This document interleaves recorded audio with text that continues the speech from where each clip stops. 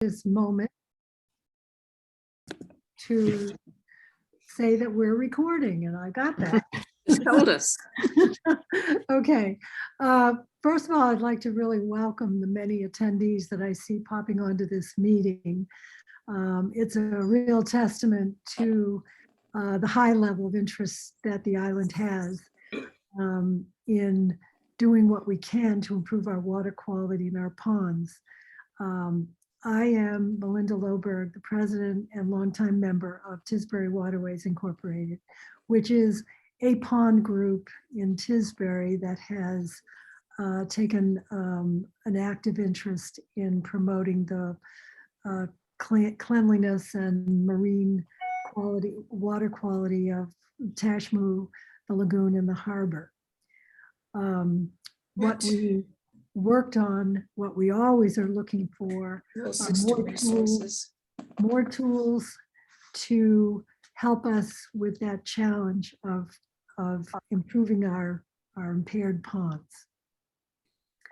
Of the many solutions that we have looked at, and I want to preface this by saying that on the wastewater planning committee in Tisbury and Oak Bluffs got together with their planning committees to share the concern for the lagoon, a shared water body, and wanted to find tools together to help improve that water body. We learned about PRBs and felt that they were maybe promising and we needed to know more about them.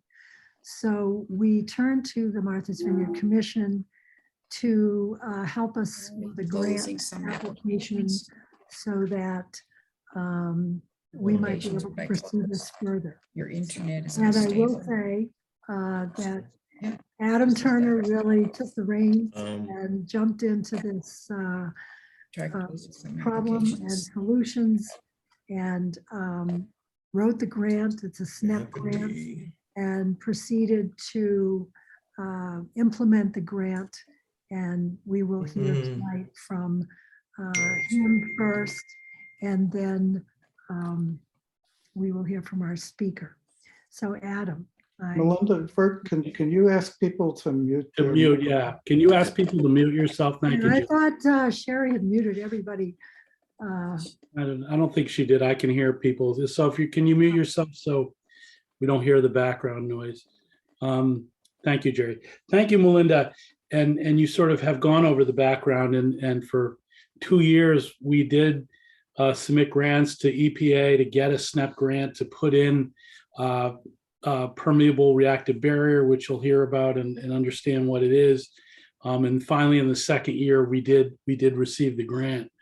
Our strategy for getting the grant, or what makes this new, because there have been others that haven't been exactly working right, was that the reason that it didn't work right was that they need to be put in carefully so that they catch all the nitrogen. If you don't know the depth, you don't know the direction, you don't know the nature, you could put it in and you could miss it. So we had this whole plan to create what's known as micrositing, and that we would do a lot of testing before we put it in, so we would understand what kind of a system we would have and what would be the design of it. I would like to also just recognize Sherry Casso, my partner. When I got here, Sherry and I decided we had done enough testing. We would still do the testing, but we really needed to focus on solutions. And the PRB was one of our initial solutions, and Melinda and Gail are making was her partner in OB, and we did get the. And when we got the grant, when we were doing it with SMAST, University of Massachusetts, it worried us that at this point we had represented that we were going to do all these things, and we had a great proposal, but we actually had to do it, and that scared the death out of me and Sherry, because we couldn't do it. We had to get help, and we were just very lucky that the University of Massachusetts had Jessica Thomas, as a graduate assistant, and she was assigned to this project and took it over, and has done a wonderful job. And I can tell you, between that and the other things that we're doing for the first time, the vineyard is actually exporting technology to the mainland, that a lot of the stuff that's going on in the Southeast region that seems to be working and other people are using it is coming from here. And we would not have been able to do that without Jessica Thomas. So I'd like to introduce her, and she will make a presentation on what we did and how we did it. And Jessica, I think you'll take questions at the end. Yes. Okay, there you go.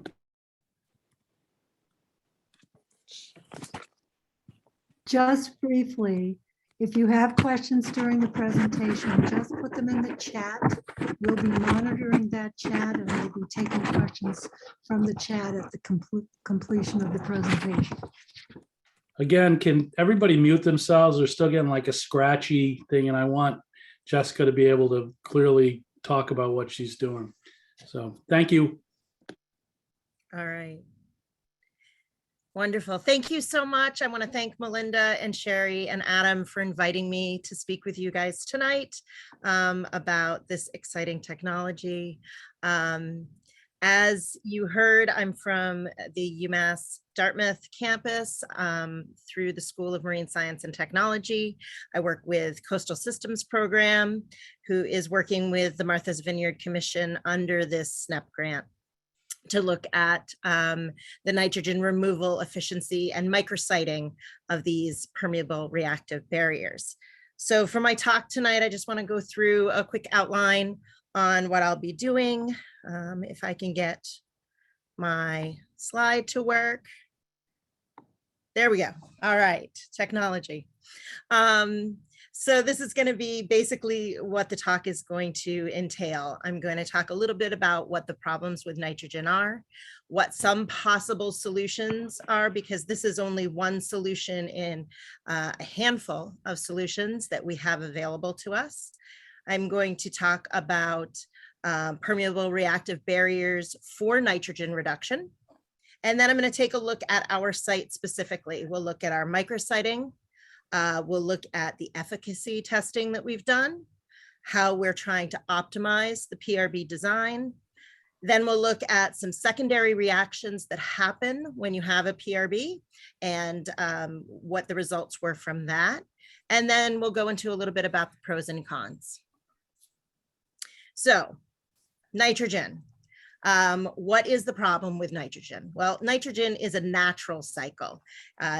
We need nitrogen. Nitrogen has always been here.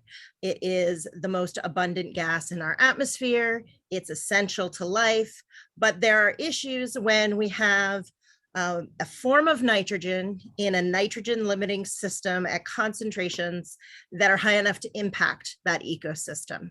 So that's kind of the driving force here.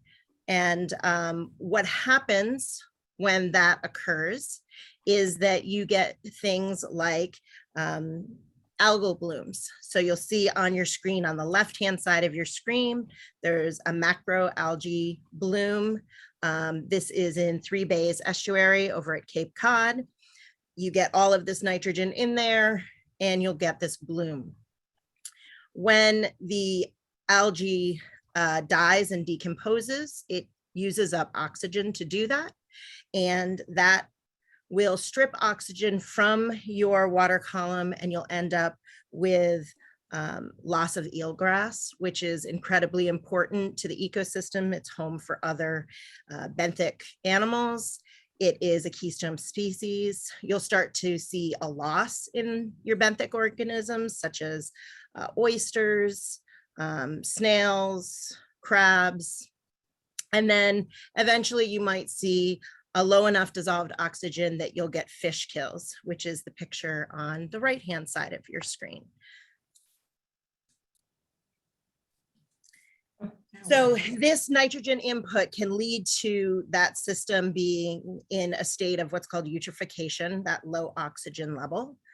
And it is a problem in estuaries and bays throughout the world.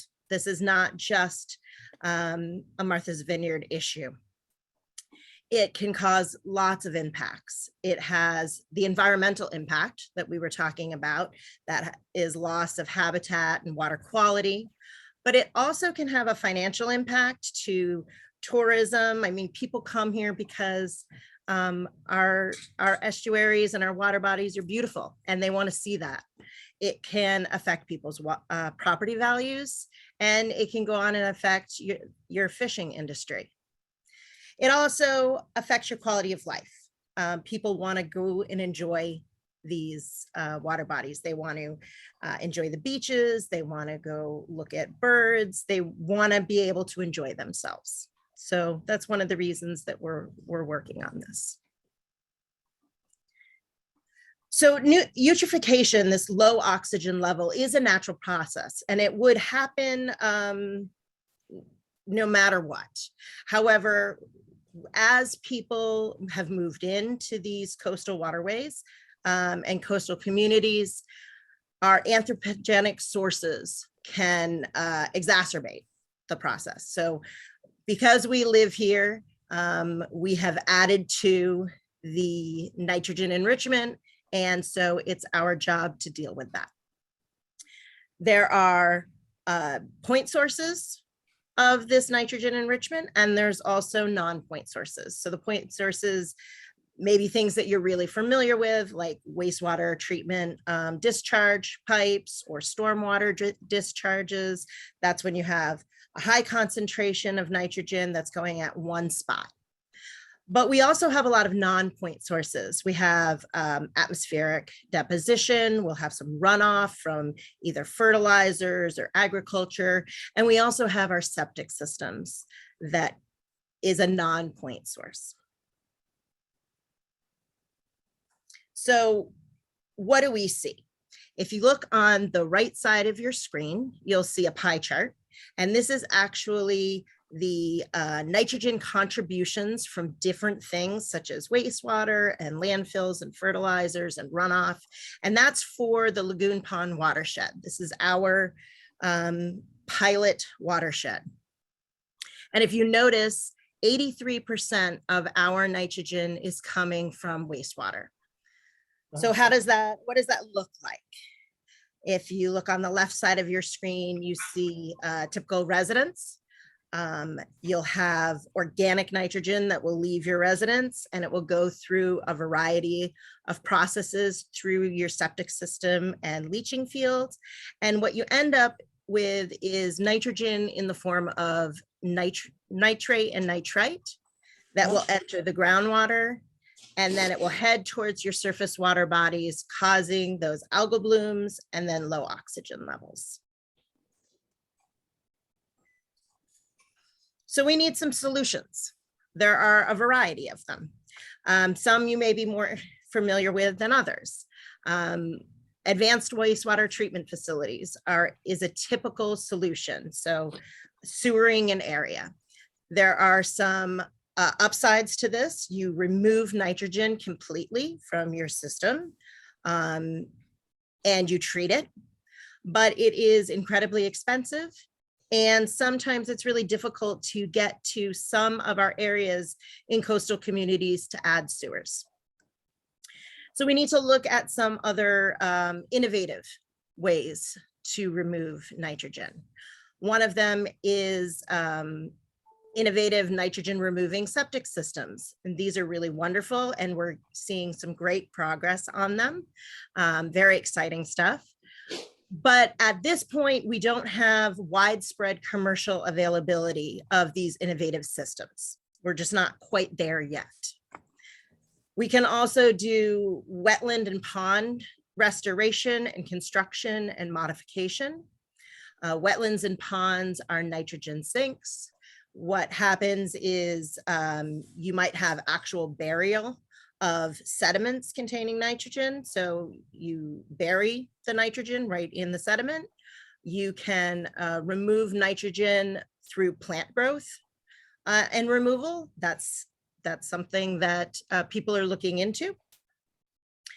Additionally, we can look at increasing tidal flushing. So you'll open up an inlet, you'll let in nitrogen, you'll let in water that has lower nitrogen concentrations, and that will lower the overall concentration in your estuary.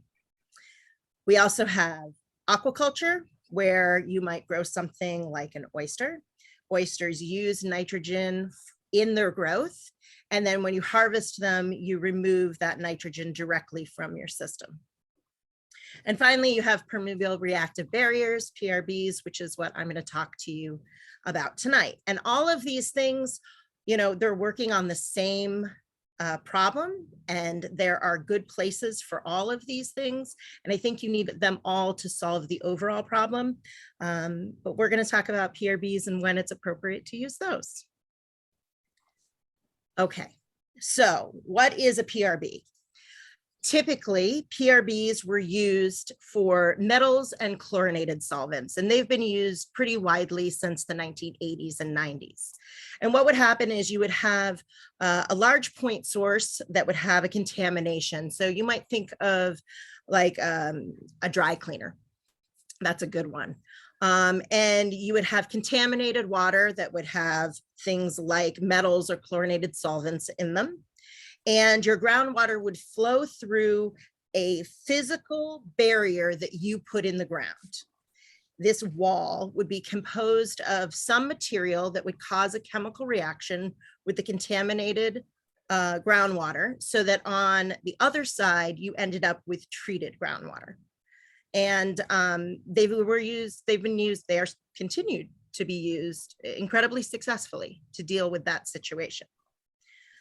So people thought about how they could modify this idea to deal with nitrogen. And what they decided to do was look at the process of the nitrogen cycle, where you go through denitrification. So what happens is you have nitrogen in the form of nitrate, which, remember, can cause these algal blooms because it's the type of nitrogen that it can be used very easily for growth. And what we want to do is cause a chemical reaction so that we end up with nitrogen gas. So this is a natural process, denitrification. We just need the right environment so that it can happen. So what we do is we need to add some sort of carbon source to our ground so that the impacted water can flow through it. The carbon source creates anaerobic conditions, which you need for denitrification. So low oxygen in that groundwater. And it also is a substrate for those naturally occurring bacteria that will perform denitrification for you. And ultimately what you'll get is nitrogen gas at the end, which is something that is very abundant in our atmosphere. So there are a couple of different types of carbon that we can use.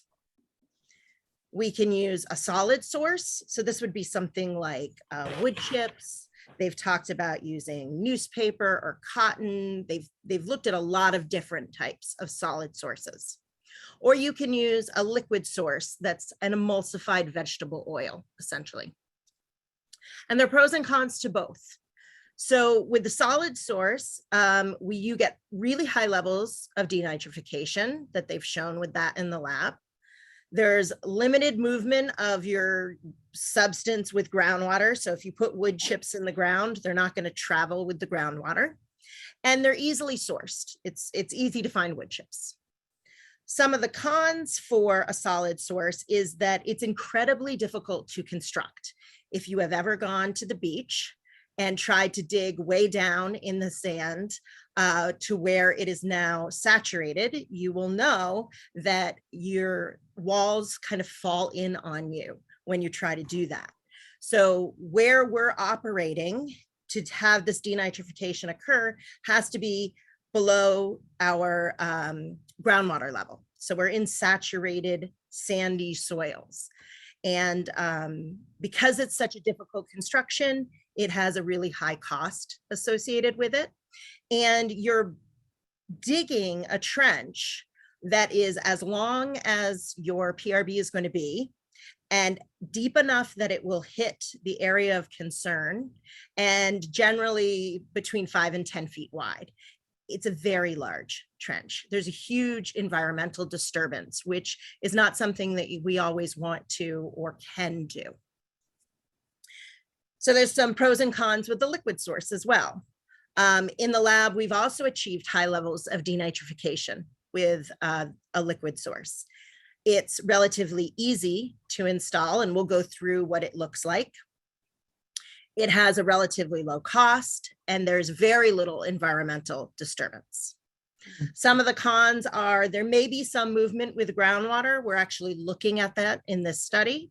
And they have seen in the lab some reduced groundwater conductivity. That's how well your groundwater kind of flows through the ground surface, through the matrix of sand. They saw a little bit of a reduction. Again, this was only in the lab, and they haven't really seen it out in the field. So not as many cons as the solid source. So we chose to go with the liquid source. So what does it look like? And I will show you some actual pictures, but what you see here is a well kind of in the middle of your screen, and you inject your liquid and it spreads out laterally and it forms this wall in between injections. On the left-hand side, you have your contaminated groundwater. We're looking at groundwater with residential levels of nitrate in it. That's also important. We want to make sure that this works for residential levels and not just super high contaminated levels at, like, say, a landfill. Your groundwater needs to flow through the wall. It needs to be perpendicular to the wall. So it's really important that we site this appropriately so that we can get maximum treatment. And then on the other side, on the right-hand side of your screen, you see the treated groundwater heading towards your surface water body. Okay, so what were our research questions? We wanted to find out if this PRB could be used in a cost-effective manner to reduce this non-point source, so from all of these septic systems, residential levels of nitrogen. Could we use this PRB and would it be cost-effective? So we decided to look at what the nitrogen removal rate would be for this properly sited PRB. We looked at potential unintended issues, so some secondary reactions, and we'll get into that a little bit later in the talk. And then finally, we'll be looking at, can these practically be used to meet those total maximum daily loads that have been established for our environment to try and clean up our system. So the first thing we needed to do was go through what the micrositing was going to look like. We needed to select a desired site. So we went through and we looked at maps, and we looked at, we drove to several sites, and we looked at the ones that we thought would be most desirable. We needed to determine what the depth to groundwater was. It is much less cost effective if you have to drill through 50 or 60 feet of overburden before you get to your groundwater table. So depth to groundwater was an important thing in picking a site. We needed to figure out what direction our groundwater was flowing in and the hydraulic conductivity so that we could site our PRB to get maximum treatment. We needed to look at what the nitrogen concentration levels were and the profile. Where in the ground was our nitrogen plume? Where were we interested in treating? We need to look at the soil type that will impact the velocity of the groundwater flow. We looked at tidal influence on the groundwater. We wanted to make sure that our groundwater was flowing horizontally through our wall and not vertically up and down. And finally, we did finalization PRB placement. Okay. So we went through that process, the beginning of that process, and we selected our pilot site. And so the pilot site, as many of you know, is on Lagoon Pond. and it is on the west arm of Lagoon Pond, which is an impacted water body. It has been assessed through Coastal Systems Program's MEP program. It has a target concentration of nitrate in it that we'd like to try and meet, and they worked backwards from that and came up with a total maximum daily load of nitrogen for the system. Here is a closer look at the site itself. On the left-hand side is our pilot site. All of the little yellow dots are hand-driven piezometers that we used to test nitrogen in, and we test dissolved oxygen and oxidation reduction potential and a variety of water quality parameters. On the right, you see one of our grad students putting in one of the many piezometers. They worked really hard for me. We needed this much information so that we could really have an understanding of what our site looked like. So we took groundwater level measurements and we came up with a predicted groundwater flow direction, which, as most people would expect, headed towards Lagoon Pond. We also looked at concentrations and depths of the different water quality parameters. And a couple that I'd like to kind of point your eye to is the orange line that is all the way on the left-hand side of your screen. That's ammonia. We wanted to make sure that we didn't have very much ammonia because that's not the form of nitrogen that we need to have denitrification happen. We wanted to make sure that we had that nitrate, which is the blue line that you see. And we did several profiles throughout the site. This one is LPP3. It's that red dot right here. What you see is depth below the groundwater table. That is on the y-axis, and on the x-axis you have concentration in milligrams per liter of the different constituents. So we predicted the groundwater flow direction, but we wanted to get a better understanding exactly of where the groundwater was going to make sure that we really put this PRB in exactly the right spot. And we also wanted to have some information on how fast groundwater was flowing.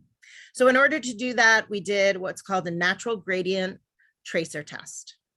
So, whoop, I think I skipped, there we go. So what we did is we took a tracer, a natural tracer, potassium bromide, and we injected it into these green wells right here. And then we waited, and we took lots and lots of samples in all of these red wells, which were our fence wells.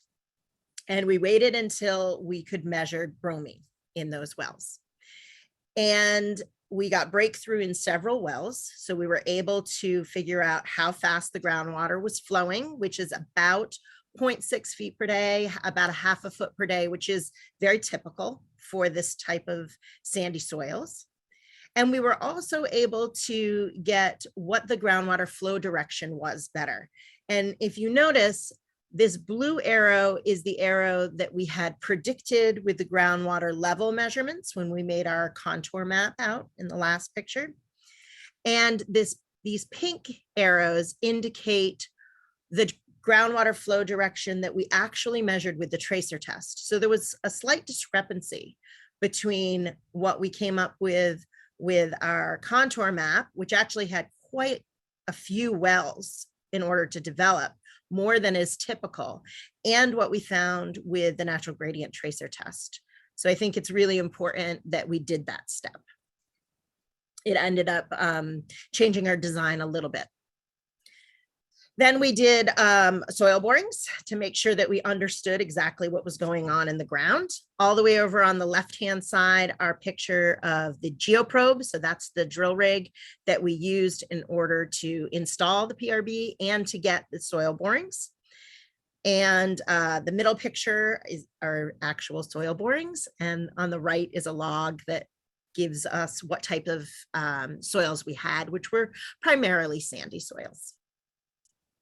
And finally, we took a look at the tidal influence on our site, because we're actually very close to Lagoon Pond.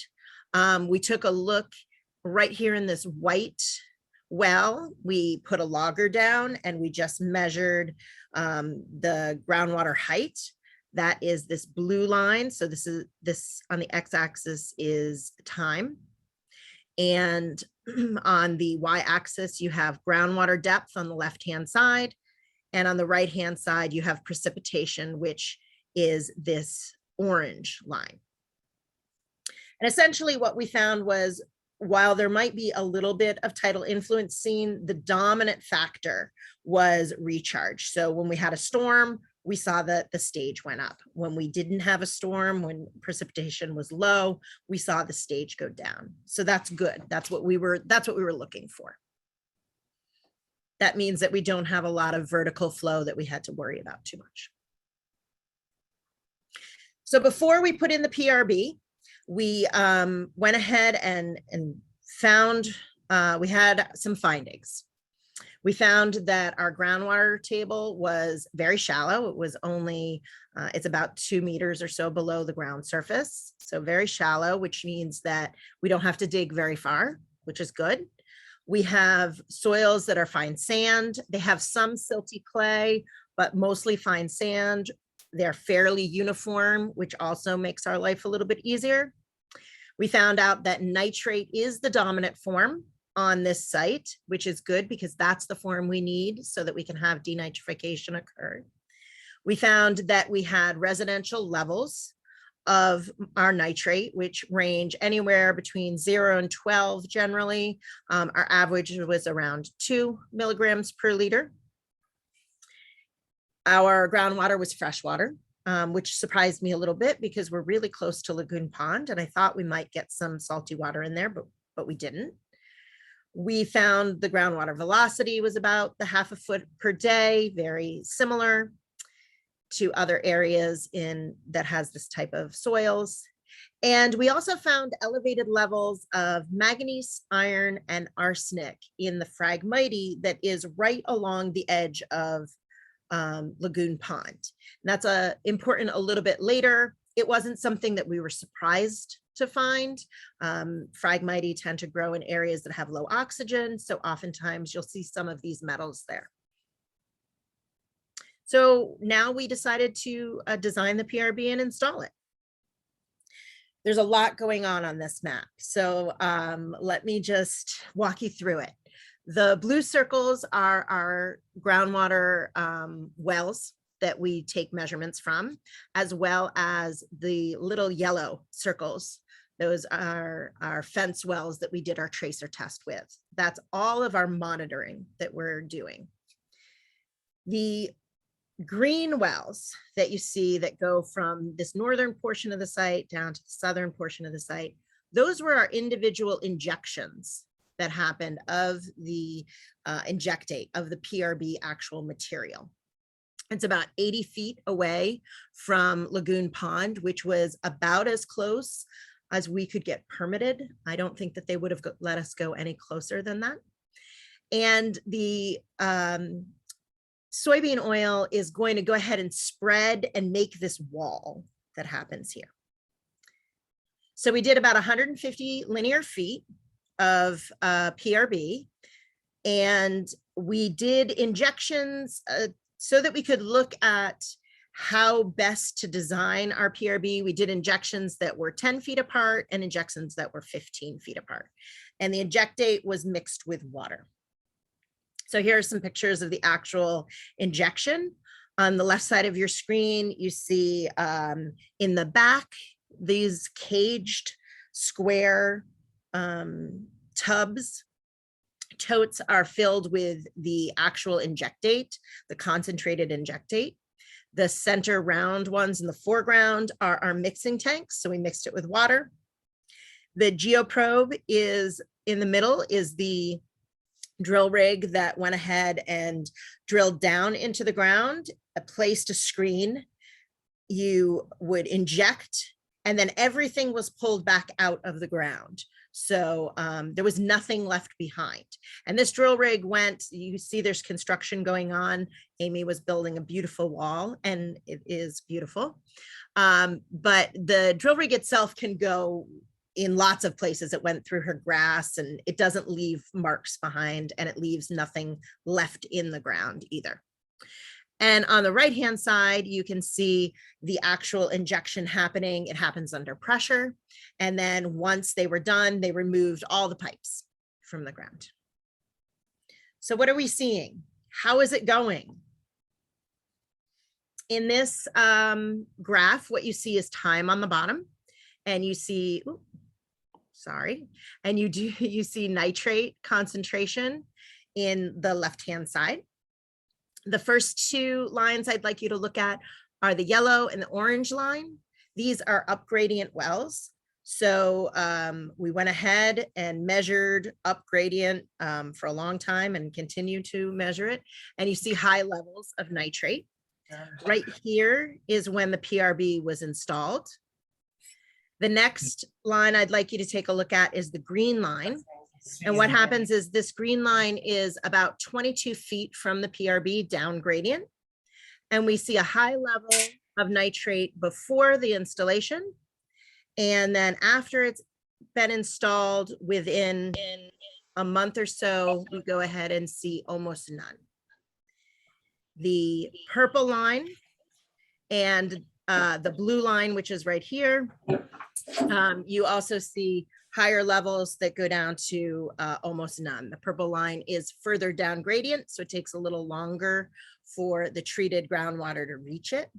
But you go ahead and you see almost no nitrate. So preliminary results are showing us that we are having near complete reduction of nitrate in the down gradient wells. We needed to make sure that that was really what was happening.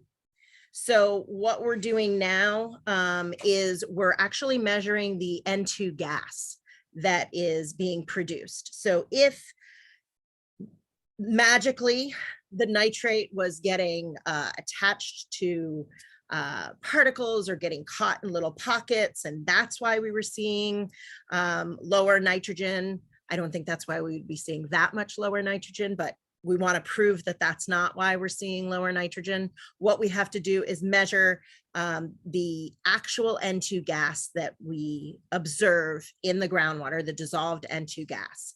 So what we're in the middle of doing is a mass balance approach to confirm that this is really denitrification happening.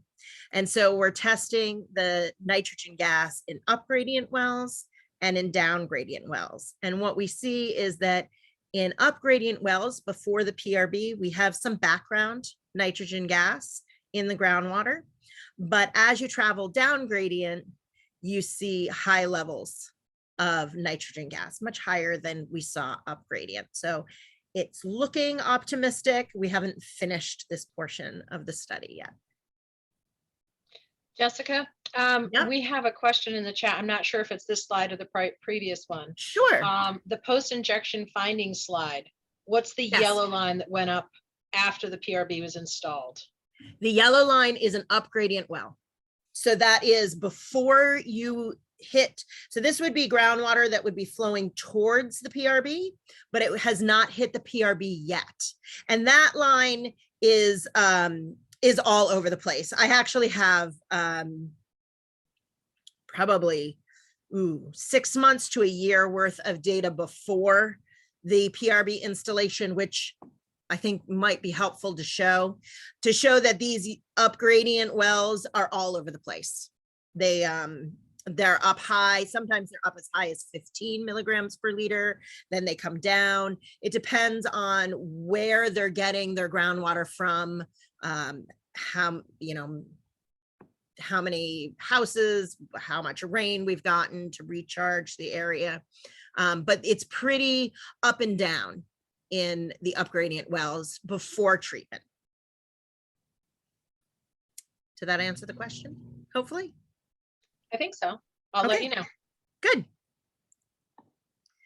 All right. So then we wanted to look at how we could best optimize this design, because we'd like to get these great results, but we'd like to use as little injectate as possible, because it costs less, and it's just a good thing to do. So I am looking at several questions. I want to know, does the PRB move down gradient with groundwater flow? So can this PRB kind of wash away? So that was one of the things that I'm going to be looking at, and am looking at.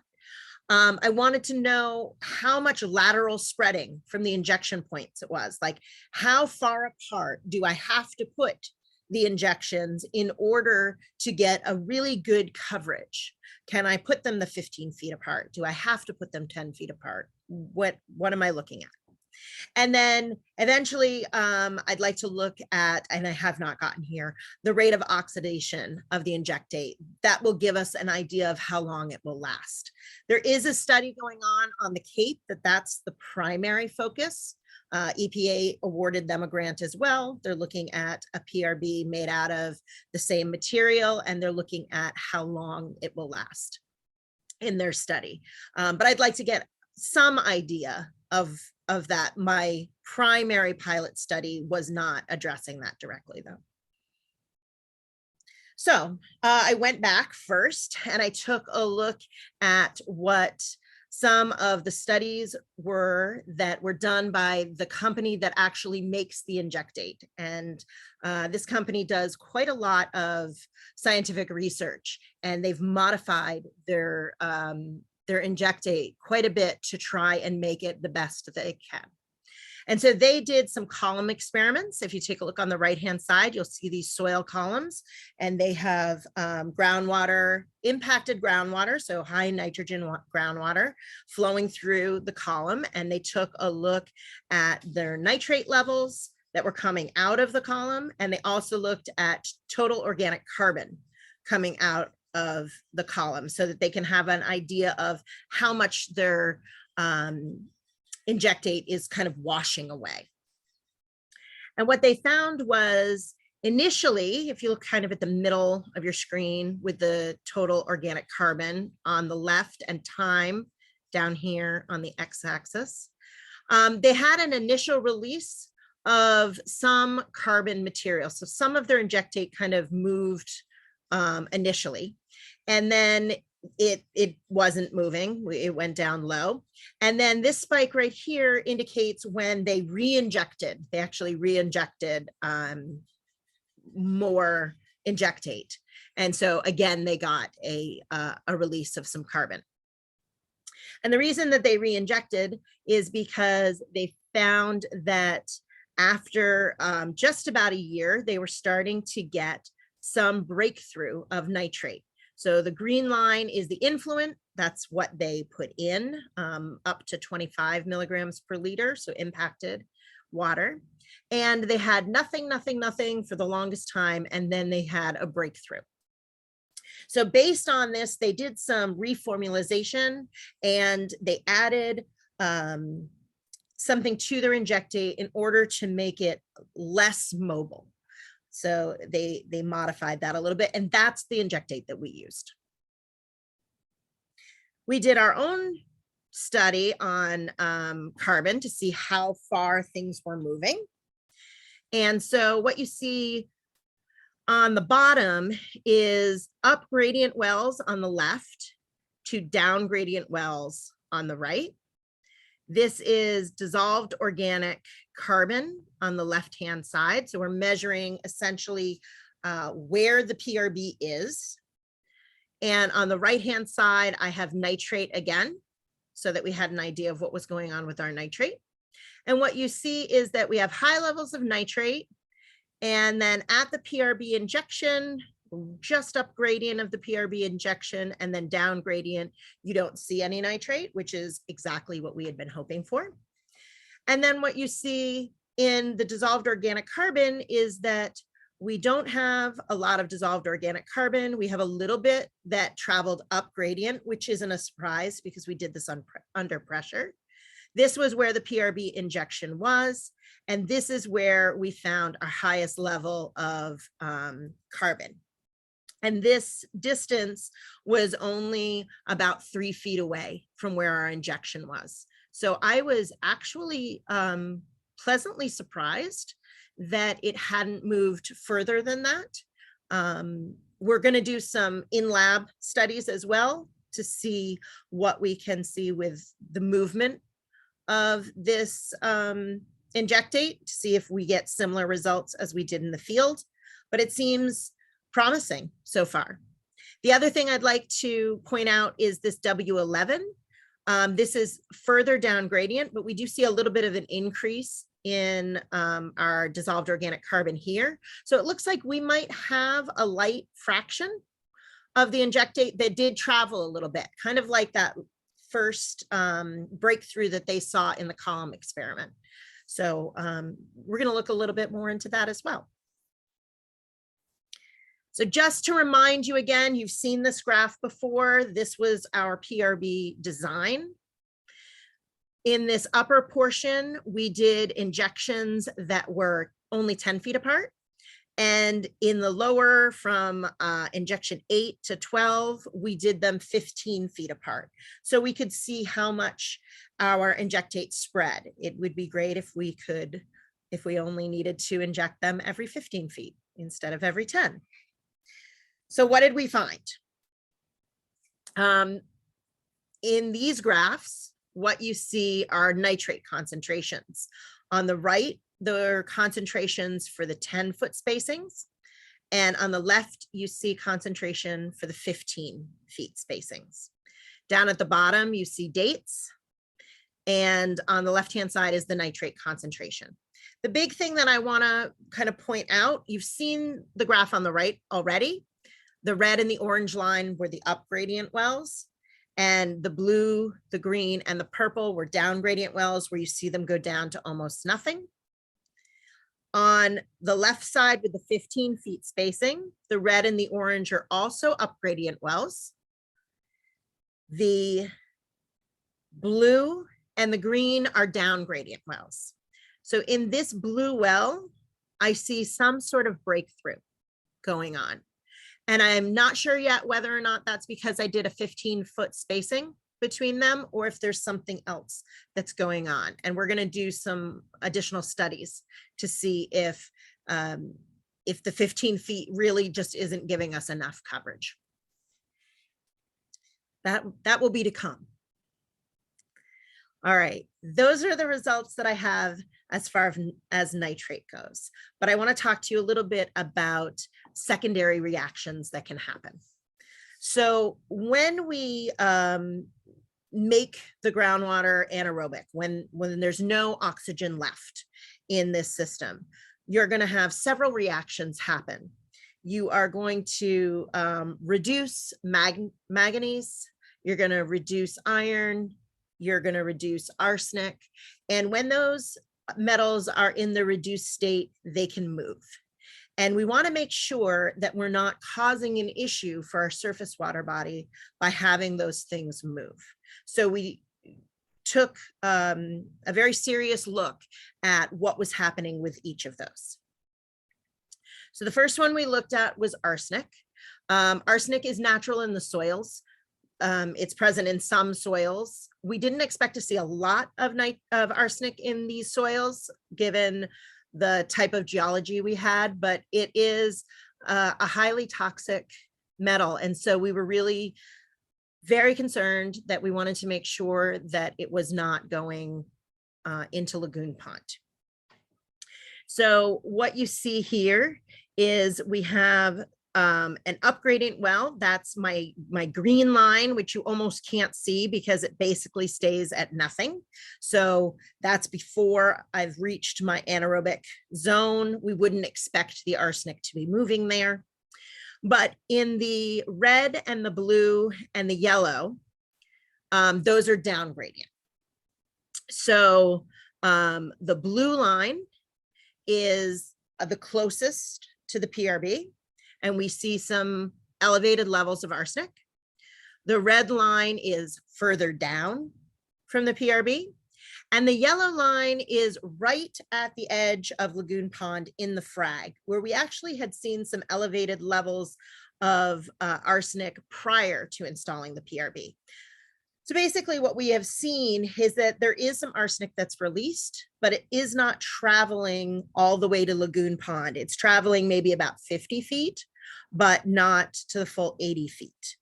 And the other really important thing to mention is that these are our concentrations. It goes up to 0.01, 0.012. That's the concentrations that we're looking at. And the freshwater limit is 0.34. So while we're seeing an increase of arsenic, we are nowhere near an area of concern for arsenic in a freshwater system. The next metal that we looked at was manganese, and we see a pretty similar story. The up gradient well is this green line right here. It stays very low. The blue well is the one that's about 20 feet away, and we see an increase in manganese. The red line is about 40 feet away, 40 to 50 feet away. And we also see an increase there. But the yellow line is right at Lagoon Pond in the frag, and we're not seeing an increase. So again, while manganese is starting to move, it's not moving as far as the surface water body.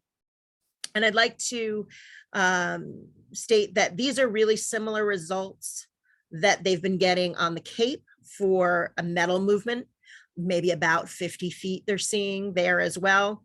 So as long as your PRB is further away than 50 feet from a surface water body, it's not something that's been a huge issue, that we expect it to be a huge issue.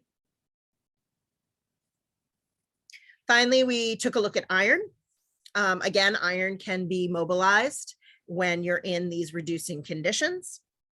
The green line right here is my up gradient well. Very similar pattern. My blue line is a well that's about 20 feet away. The red line is a well that's about 50 feet away. And the yellow line is that 80 feet away right at the frag. So again, we're not seeing it travel the full 80 feet. So potential PRB impacts. What you see here is a variety of different interventions that we can use for nitrate enrichment and a cost associated with them. Basically, what I'd like you to take away from this is the big, huge pink box, which is the cost of a PRB. There is a huge range in what we think that cost could be, and that's based on where you put your PRB, how long your PRB is going to last, the conditions that you find your PRB in. There's a lot of research that still needs to happen for us to tighten that up and understand what the true cost is going to be. So again, pros and cons. PRBs are easy to install. There's no materials left. They can reduce nitrate. They have a competitive cost right now, and it could be quite a bit lower if we can get a better understanding. Some of the cons is you really have to pick your site very carefully. So it's an intensive process to do that. It's best when you don't have a lot of overburden. Your groundwater table is very close to the surface. There's some secondary reactions that we need to look at, and there are some regulatory hurdles when you put in a PRB. Finally, this installation was very straightforward. The PRB began removing nitrate within days of installation. Our nitrate levels are reduced to very low levels, and the secondary reactions have not gotten far enough that they could impact our surface water body. Some future work, we'd like to determine the longevity of the EVO, take a little bit of a closer look at that. And then we are interested in doing maybe 2 or 3 full-scale sites with Martha's Vineyard Commission for additional installations. So I'd just like to take a quick second and thank some people. I know that we're running a little late. I'm sorry. I'd like to thank Martha's Vineyard Commission and especially Adam, who has been instrumental in figuring out the regulatory sides of things and has been just incredibly supportive. I'd like to thank Sherry Casso. She has provided an unbelievable amount of support for me and for this project. EPA's Southeast New England program for supplying us with our grant so that we could do it. Amy and Dan for letting us tromp back and forth all over their property all of the time and have pipes sticking out so that we can measure things. ES&M, who was our contractor who put in the PRB and were phenomenal. I'm so glad that we chose them. Terra Systems, who is actually the people who make the injectate. They're an incredible company. Again, I'm so glad we chose them. And Coastal Systems Program.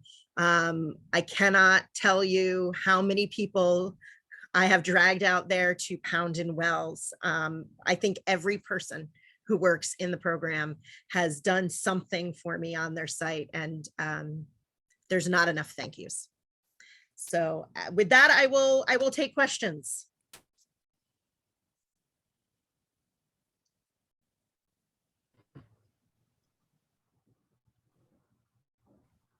Hello. Hi, there we go. Hi, can you hear me? I can, yes. Oh, right, wonderful. Thank you. That was a great presentation. Thank you.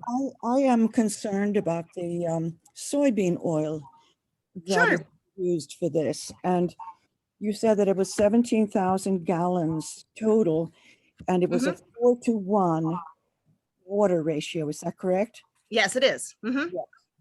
4. So that means how many gallons? So it's 4 parts of the soy oil to 1 part water? Is No, that it's right? 4 part water to Okay, 1 very part good. soybean oil. And it's a Very soybean oil injectate. So it's not all soybean oil. It's a food grade oil. And that injectate's made of about 60% soybean oil. The Okay. rest is things to keep the pH balanced, additives to allow for the denitrification to happen faster. So it's about 60%, and it's food grade soybean oil, the same as you would find in like a mayonnaise.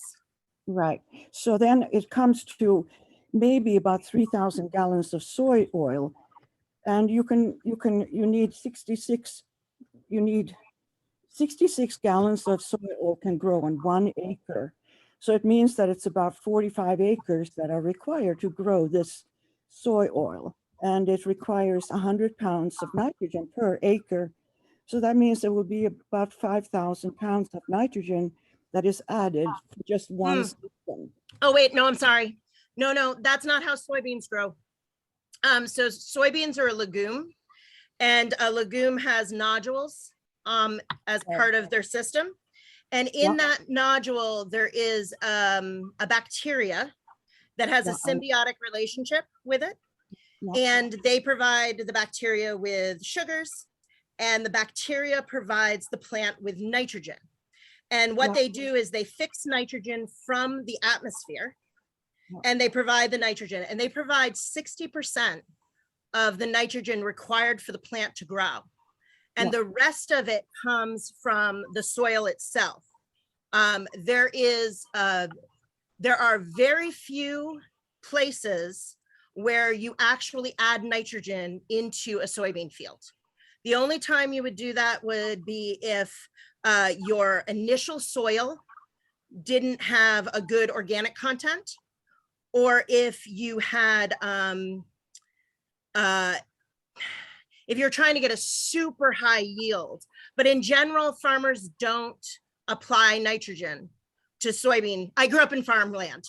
So I grew up on a farm. We would do soybeans 1 year and corn the next. So that because of the nitrogen needs. So you don't add fertilizer, you don't add nitrogen to soybean fields Well, in general. I don't want to say nobody does. yeah, my research shows that if in order to get a good yield, to make it good enough money, you'll have to add about 100 pounds of nitrogen per acre. Well, if you'd like to send that to me, that'd be great. I just know that in our farm, we never did, and none of the farmers I know who did. Right, right. So that is still, though, it's 50 acres required to grow the oil for just one system, and it'll only last for 3 or 4 years, I've been told. No, we don't know that. We don't know how long it will last. There's a paper by Hunter in 2001 where they did an estimate of how long it would last, and that ranged anywhere from 2 years to 15 years. We don't know how long it's going to last. That is the paper that is the project that's being run right now by Matt Charette over on the Cape to try to get a better understanding of that. It's definitely something to look into, but no, we don't know how long it will last yet. Right. It's still, though, 50 acres of good farmland, excellent quality farmland that is required for just one system. And that really concerns Well, me. I'd have to run those numbers. I don't know if, I don't know what those numbers are. Right. The other thing is that the group that we get our injectate from, we chose them for a variety of reasons. They do a lot of scientific research, but the other thing about them is they're a net carbon zero company. So they're very interested in making sure that their product is as environmentally conscious as they possibly can be. That's one of the reasons we chose them. But I'd be happy to take a look at your information, and I could get you some papers on some of the information I just gave you. Yeah, this has to be really, really, really considered. I'm very concerned about the amount of land that is required where we need to be growing food, you know? And there are I appreciate wood chips. I appreciate that. The wood Great. chips, definitely. Jessica, we sorry, do I have missed- another question. Kind of where would PRBs be the best to install? Could you put them in like new construction? Would you use them on single homes, or Sure. can you address So that? I don't think it's cost effective for a single homeowner to use them. I think it's more expensive than what you might be interested in doing. And it doesn't really treat a single home. They're treating a community of homes. You need to make sure that you're putting a PRB in the right place. So you're looking for a receiving surface water body that's impacted by nitrogen, but also is a nitrogen limiting system. So that means that when you add more nitrogen to it, it's the nitrogen that's causing the problem. And so that generally is saltwater systems. Freshwater systems generally tend to be phosphorus limiting. I mean, obviously there are exceptions. But so you want to make sure that you understand your surface water body that is down gradient of your system. You really understand that. And you would want to make sure that you are capturing the right amount of nitrogen and the right form of nitrogen in this sort of system. So it doesn't make sense to put it down gradient of an area that doesn't have a lot of nitrogen inputs. So if there aren't homes up gradient, it doesn't make as much sense just cost-wise putting this sort of system where you have 60 feet to groundwater. You also want to make sure that you are only getting primarily getting vertical flow. So if you're having a groundwater seeping up or down, that's going to be a place where this may not be the most appropriate technology. If we want to see really good results, I mean, people are going to live, people want to live on Martha's Vineyard. And so because people want to live on Martha's Vineyard, we have to deal with this nitrogen enrichment issue. And there are lots of different things, like I said in the beginning of my talk, that we can kind of choose from, that we should have in our back pocket. But in the right setting, this is incredibly effective. Did that answer? I'm sorry, did that answer your question? I think so. I don't see any follow-up there. Okay, great. Are there any other Yes, you questions? did answer the question. Thank you. Yeah. Thank you. Anybody else have a question? Sherry, do you see anybody in the I chat? see nothing else in the chat. Thank you. Oh, wonderful. Well, You covered it. Fantastic. Thank you so much, Jessica. Well, thank you so much for inviting me. I love talking about this. Before we let you go, Jessica, one of the things people should know about you is that right now you're a PhD candidate at University of Massachusetts, Dartmouth. And if this is your PhD thesis, and Yes. it's just going to be incredible. You will get very much awards and kudos for your Oh, I appreciate that. project. Thank you. I also want to tell people that you have a undergraduate degree and a master's degree in hydrogeology from Rensselaer Polytech. So you bring quite a bit of background and experience and scientific knowledge to this, which is apparent, really obvious from your study. She's been focusing on groundwater and remediation, and we are the beneficiaries of that, Jessica. So we really thank you very much for the work you've done and for how cogently you explained it to all of us. We look forward to, as a matter of fact, you see some of these pictures and all the equipment set up on the property. And today I went by there and they were in the process of removing all those pipes and replacing them with just a little ground level plastic cover so that they could access the wells for testing. But you would never know if you drove by that property today that there's a PRB there.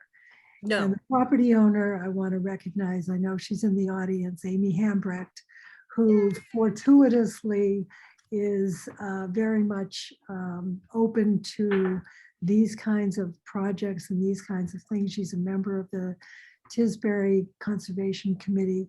So we are just grateful to her for offering up her property for this report and this project.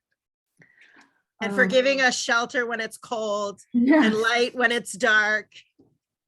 She's been wonderful. It's all true. Now, this brings us to the close of the informative part of this program, and we thank you very much for coming, and hopefully you have learned some new things, and maybe we'll have another tool in our quiver to approach our efforts on nitrogen management.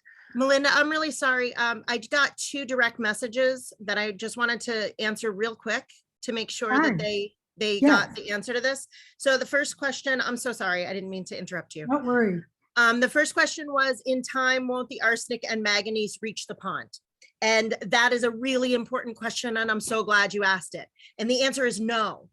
And the reason the answer is no is that as soon as the groundwater hits oxygen again, the manganese and the iron and the arsenic bind back up into the soil. So before we had low oxygen levels, you found these metals bound to soil.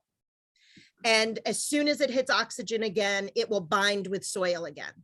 So what we're saying is that the low oxygen, and I didn't explain this well, so thank you. The low oxygen groundwater doesn't go further than that 50 feet away from this injectate. So we don't expect it to hit the pond. And then somebody asked if we can give you a cost for the system. And I can give you, I can give you maybe Adam can jump in a little bit on this. I can give you a basic cost. I don't know what all the indirect costs were, and like the grad student time and the analysis time, but I know the actual installation was around $100,000.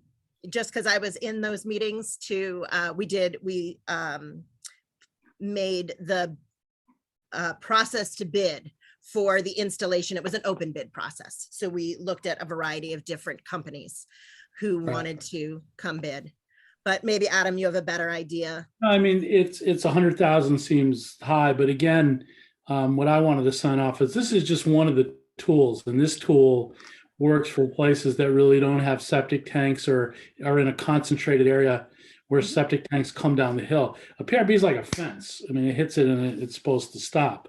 But there's other, this is just one, using dredge, using, innovative alternatives which connect to the sewer system, Phragmite, Oyster. So we're basically compiling a list of solutions.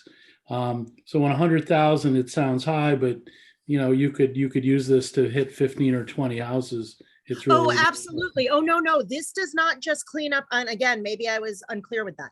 This does not just clean up Amy's house. Essentially, what it looks like we're doing is catching maybe 10 houses worth of nitrogen.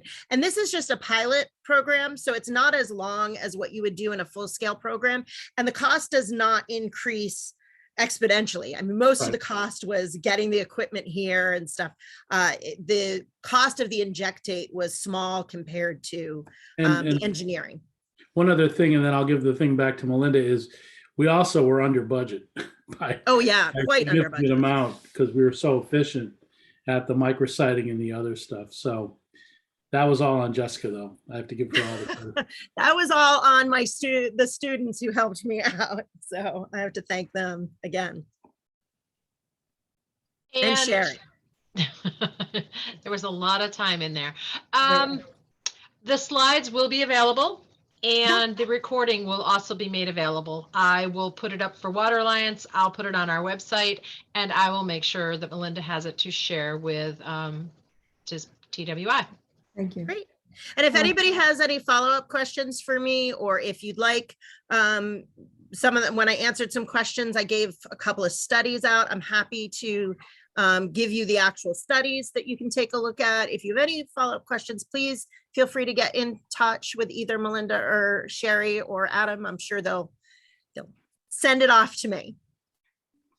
Well, we really look forward to continuing to work with you, Jessica. Thank you. And I know that several people in the audience are right now thinking about locations that they think Excellent. just, ideal for another PRB. I have one in my mind right now. So Good. That's my chapter 3 for my PhD thesis. So I need them. Yeah.